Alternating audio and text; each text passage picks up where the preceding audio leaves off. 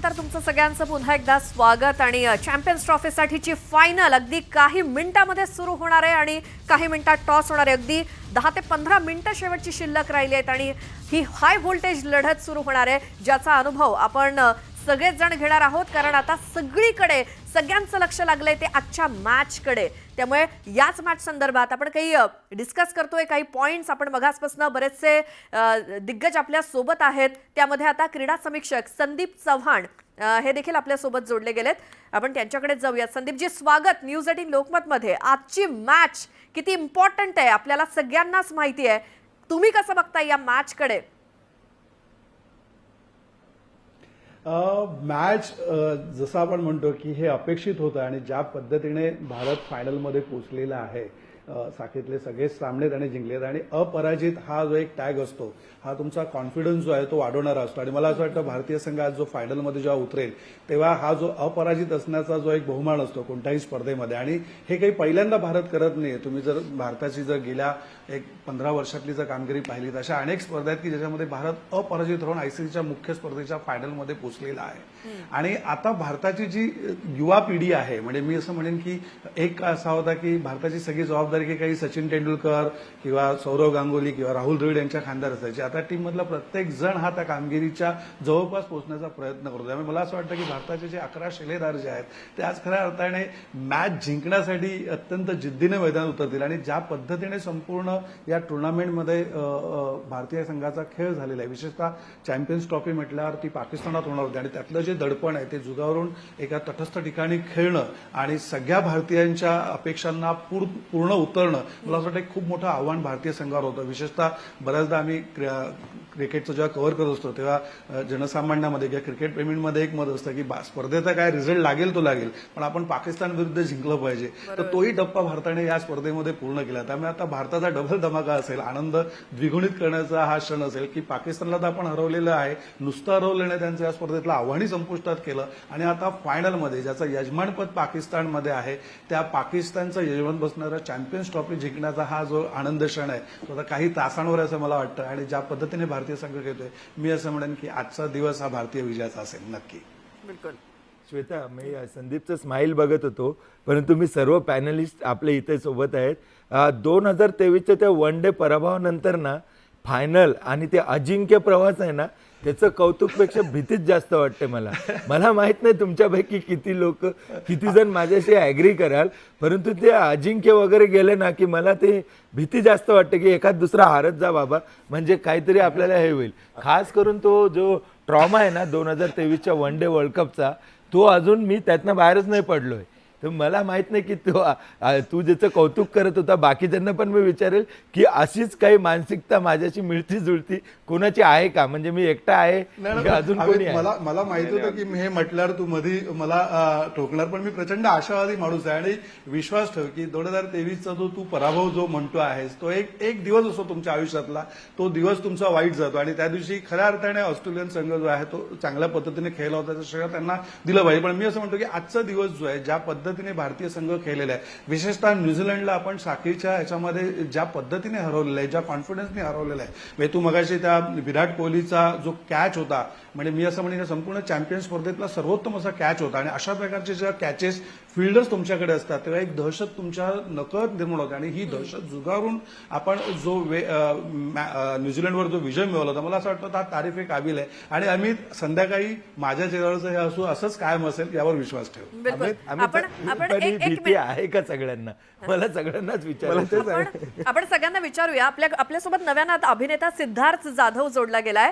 सिद्धार्थ, स्वागत न्यूज 18 लोकमत मध्ये। आज तुझं पण असं आहे का की सगळं बाजूला ठेवून आज फक्त स्टार्ट टू एंड फक्त फायनल मॅच? नाही, मी आमची टुर्नामेंट सुरू झाली त्याची पहिली मॅचला आम्ही इथे खेळतोय, म्हणजे ग्राउंडवर आहे मी, पण हे बेसिकली ते दुबईला जे रंगणार आहे रणसंग्राम ते सोडणार कसं, त्यामुळे आज सकाळी मॅच आणि दुपारपासून मग फायनल असा आजचा तरी प्लॅन आहे। हा, म्हणजे तेच ना की आता जेव्हा फायनल सुरू होईल तेव्हा तू बरोबर टीव्हीच्या समोर बसणार आहेस? हो, म्हणजे आज कुठेच नाही, आज आणि मला असं वाटतं की ही चॅम्पियन्स ट्रॉफी आपण जिंकायला हवी आणि चांगली खेळतोय आपण, आपली टीम स्पिरिट खूप चांगलं आहे, प्रत्येक जण कमालीने खेळतोय। मला वाटतं की ते इन्स्टिंक्ट आहे जे छान आहे आणि चांगले खेळू आपण, आणि पण न्यूझीलंडला असं कमी लेखून चालणार नाही, ते कमाल घेतात. पण तरी आपण जरा एक 1+ आहोत आजच्या फायनलला. बरं, तुझी टुर्नामेंट चालू आहे, तुझे होप्स काय आहेत? म्हणजे काय, कोणावर भरोसा आहे तुझा किंवा काय? नाही, आम्ही ऑलमोस्ट जिंकलोय. आम्ही 20 ओव्हर मध्ये 192 केला आणि त्यांना जवळजवळ आम्ही आता 70 पर्यंत खोलतोय. बरं, ठीक आहे. तू आणि म्हणजे फक्त क्रिकेट फॅन नाहीये, तो क्रिकेट पण जबरदस्त खेळतो. पण सिद्धार्थ, आजच्या तुला बहुतेक मॅच कडे जायचं असेल त्या अगोदर 2-3 प्रश्न विचारून घेतो. आजच्या नाही, याच्यातले तुझे फेवरेट प्लेयर्स कोण आहेत? दोन्हीकडनं तुला काय वाटतं, मॅच विनर्स कोणाला बघतोय तू? न्यूझीलंड आणि न्यूझीलंडची टीम जर बघायला झाली तर भीती कोणाची वाटते? सर, मी सांगतो ना, न्यूझीलंड टीमच्या एका प्लेअरवर डिपेंड नाही. आपण जर केन विल्यमसनचा केला तर फिलिप दिल्ली जाऊन खेळून जातो. मला वाटतं ती टीम सरप्राईज करणारी आहे. ती टीम एका प्लेअरवर डिपेंड नाही. ते येतात आणि एकत्र 11 जण खेळतात. आणि आपल्याकडे कसं आहे, आपल्याकडे प्रत्येक प्लेअर म्हणजे गिल पासून ते शमीपर्यंत सगळेच आपल्या लयीत आहेत. आणि मला असं वाटतं की फक्त कोणाचा एकाचा अभ्यास नाही केला असणार आपल्या टीमने, अख्ख्या टीमचा अभ्यास केला न्यूझीलंडचा. कारण ते बॅटिंग, बॉलिंग आणि फिल्डिंग, म्हणजे ते जर रन कमी करत असतील तर तेवढेच रन अडवायची त्यांच्या क्षमता आहे. कमालीची फिल्डिंग करतात, लाईन अँड लेंथ, कमाल बॉलिंग करतात.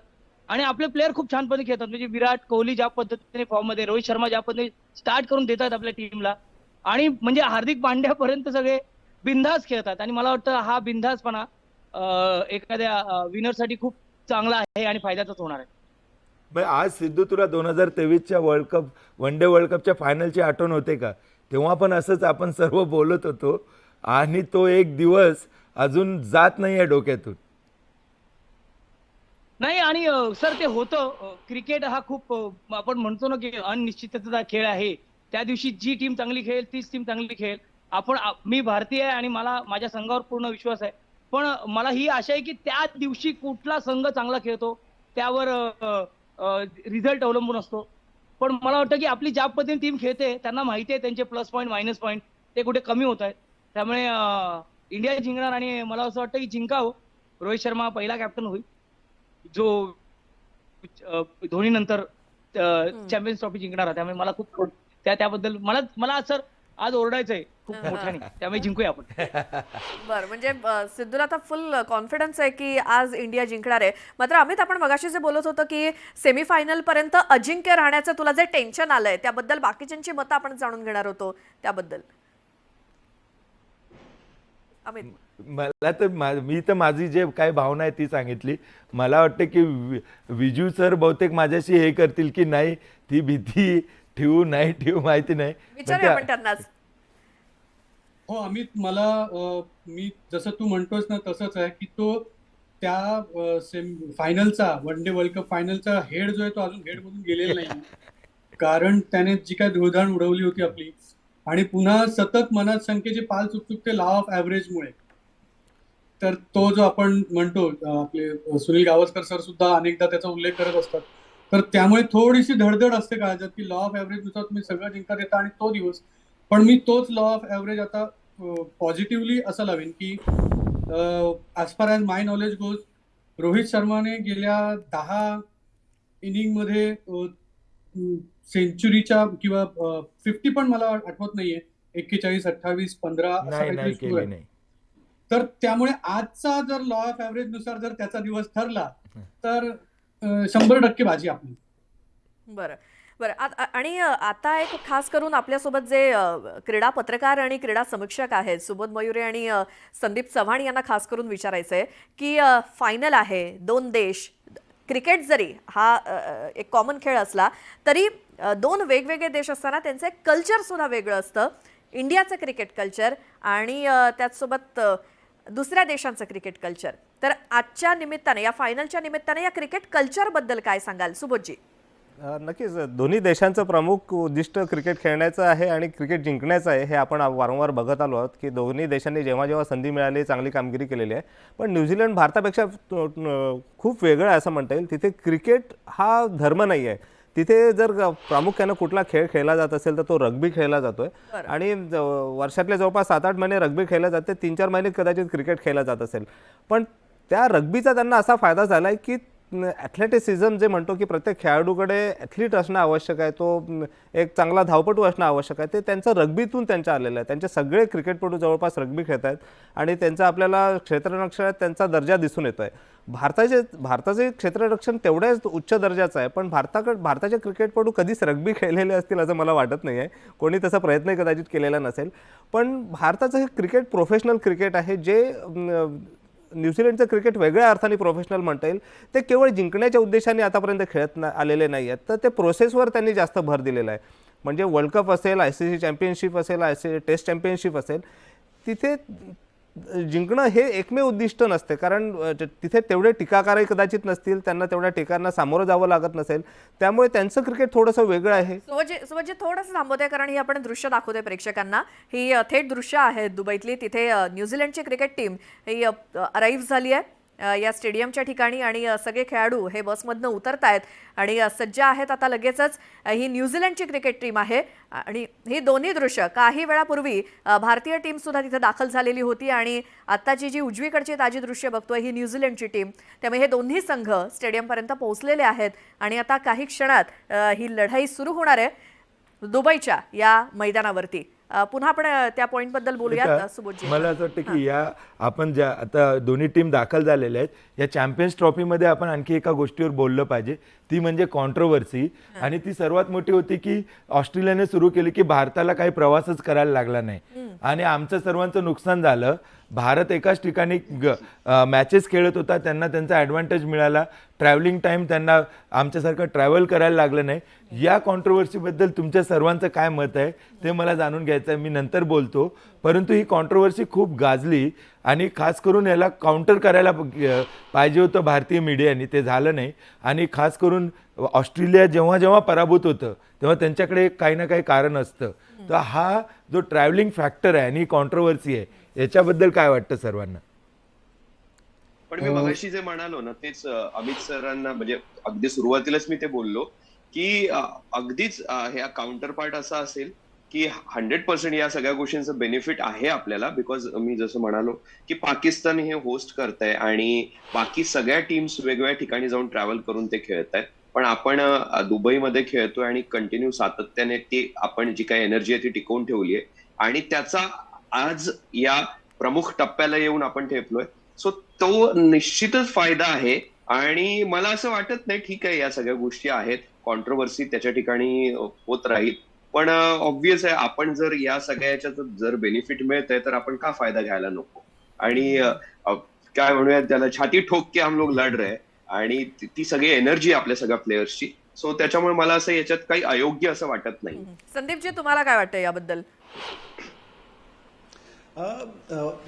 वर्ल्ड कप किंवा यासारख्या चॅम्पियन्स ट्रॉफी किंवा इतर अशा ज्या प्रमुख स्पर्धा आहेत त्याच्यामध्ये असं पहिल्यांदा झालेलं नाही आहे. तुम्हाला आठवत असेल ज्यावेळी भारताने आणि श्रीलंकेने आणि बांगलादेशने जेव्हा एकत्रित संयुक्तपणे वर्ल्ड कपचं आयोजन केलं होतं तर श्रीलंकेतली स्थिती जी होती ती तितकीशी चांगली नव्हती आणि त्यावेळी ऑस्ट्रेलिया आणि इतर संघांनी तिथे जायला नकार दिला होता. त्यामुळे हे काही पहिल्यांदा घडलेलं नाही आणि हे फार पूर्वीपासून नियोजित करण्यात आलं होतं. त्यामुळे मला असं वाटत नाही की याचा फार मोठा फरक पडेल. हा थोडासा ट्रॅव्हलिंगचं तुम्ही म्हणता त्याप्रमाणे भारत एकाच ठिकाणी एकाच स्टेडियमवर खेळत असल्यामुळे त्याचा लाभ त्याला नक्कीच मिळतो. परंतु शेवटी जो यजमान देश असतो त्याला स्वतःचा तसा बेनिफिट मिळत असतो. तो वर्षानुवर्ष त्यांच्या सगळ्या खेळपट्ट्यांवर खेळलेला असतो. त्यामुळे उद्या कोणी असं म्हणू शकत नाही की यजमान देश आहे तो त्याच्याच देशामध्ये खेळतोय. त्यामुळे हा काही मुद्दा असू शकत नाही. शेवटी तुम्ही त्या खेळपट्टीवर त्या दिवशी कसा खेळ खेळता हाच महत्वाचा. आणि मगाशी तो प्रश्न विचारला तर अगदी संक्षिप्त तुला उत्तर मला द्यावंसं वाटतं, कारण मी ह्या दोन्ही देशांमध्ये जाऊन आलेलो आहे. ऑस्ट्रेलिया आणि न्यूझीलंड या दोन्ही देशांमध्ये मी क्रिकेटचा वर्ल्ड कप सुद्धा कव्हर केलेला आहे आणि बिलीव्ह कर मला की जेवढं क्रिकेटचं वेळ आपल्या देशामध्ये आहे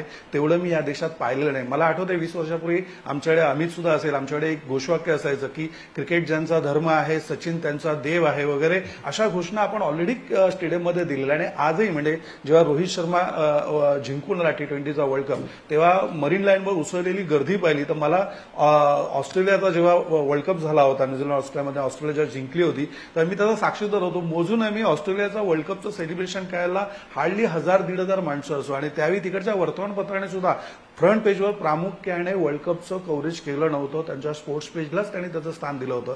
हे मला सांगण्याचं कारण असं आहे की या टीमवर तेवढं देशाचं प्रेशर नसतं जेवढं अपेक्षांचं ओझं भारतीय क्रिकेटर घेऊन फिरतात. त्यामुळे एकदा आपला एक प्रशिक्षक असं म्हणाला होता की भारतामध्ये हिरो होणं खूप अवघड आहे, पण झिरो होणं खूप सोपं आहे. एका क्षणात इकडे हिरोचा झिरो होऊ शकतो. आणि मला असं वाटतं हे प्रेशर जे आहे हेच खेळाडूंना नर्वस करतो. जे अमितचा मुद्दा होता की फायनल लेवल आपण नेहमी ढेपाळतो का, तर त्याला कारण आहे की आपल्या 150 कोटी लोकांचं जे अपेक्षांचं ओझं आहे ते आपण खांद्यावर घेऊन मिरवत असतो. आणि म्हणून या खेळाडूंना सॅल्यूट करावं असं वाटतं की एवढं सगळं दडपण असून सुद्धा हे फायनलपर्यंत पोहोचतात. आणि बिलीव्ह कर अमित, आज हे दडपण जुगारून खेळतील.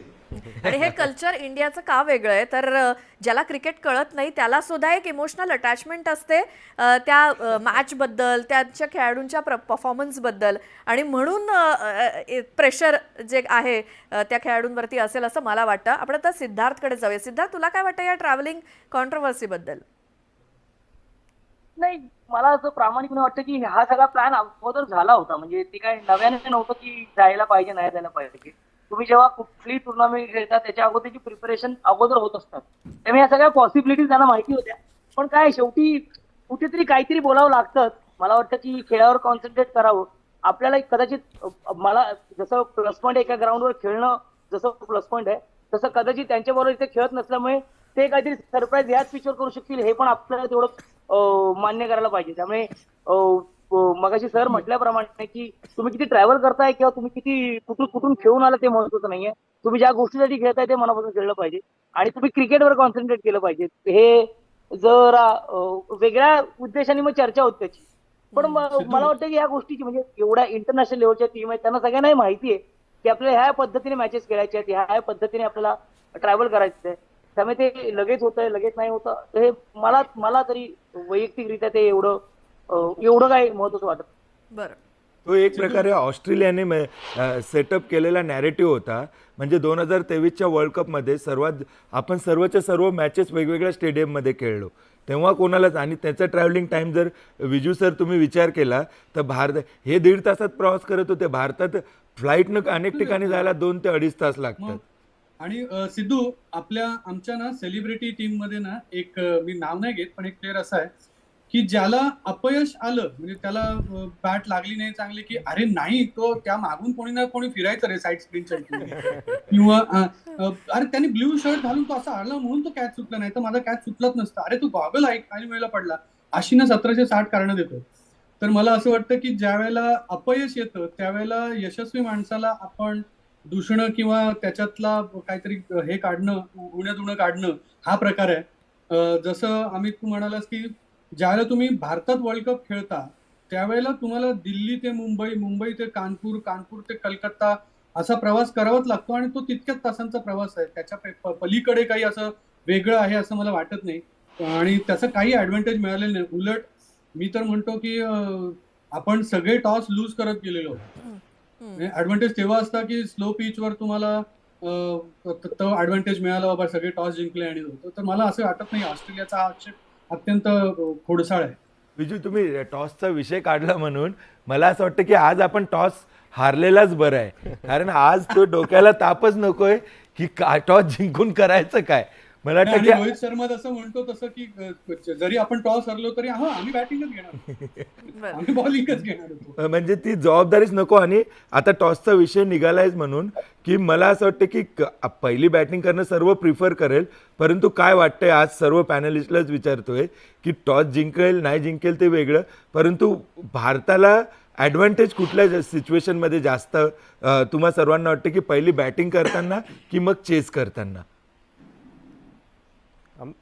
अमित, मला वाटतं पहिले बॅटिंग करणं जास्त योग्य ठरेल. ज्या दर्जाचे आपल्याकडे गोलंदाज आहेत, फिरकीपटू आहेत, त्यांना जर आपण नंतर गोलंदाजी करण्याची संधी दिली तर प्रतिस्पर्धी न्यूझीलंडच्या संघावर मला वाटतं जास्त दबाव येईल आणि ते आपल्याचं फायद्याचं ठरू शकेल. मगाशी जे आपण शेड्युलिंगचा विषय चर्चा करत होतो त्यात हेच ऑस्ट्रेलियाचे खेळाडू आहेत जे आता 15-20 दिवसानंतर IPL मध्ये जेव्हा सहभागी होतील तेव्हा त्यांना दर दुसऱ्या दिवशी प्रवास करावा लागेल. तेव्हा त्यांना कुठल्याही प्रॉब्लेम्सला सामोरं जावं लागणार नाही.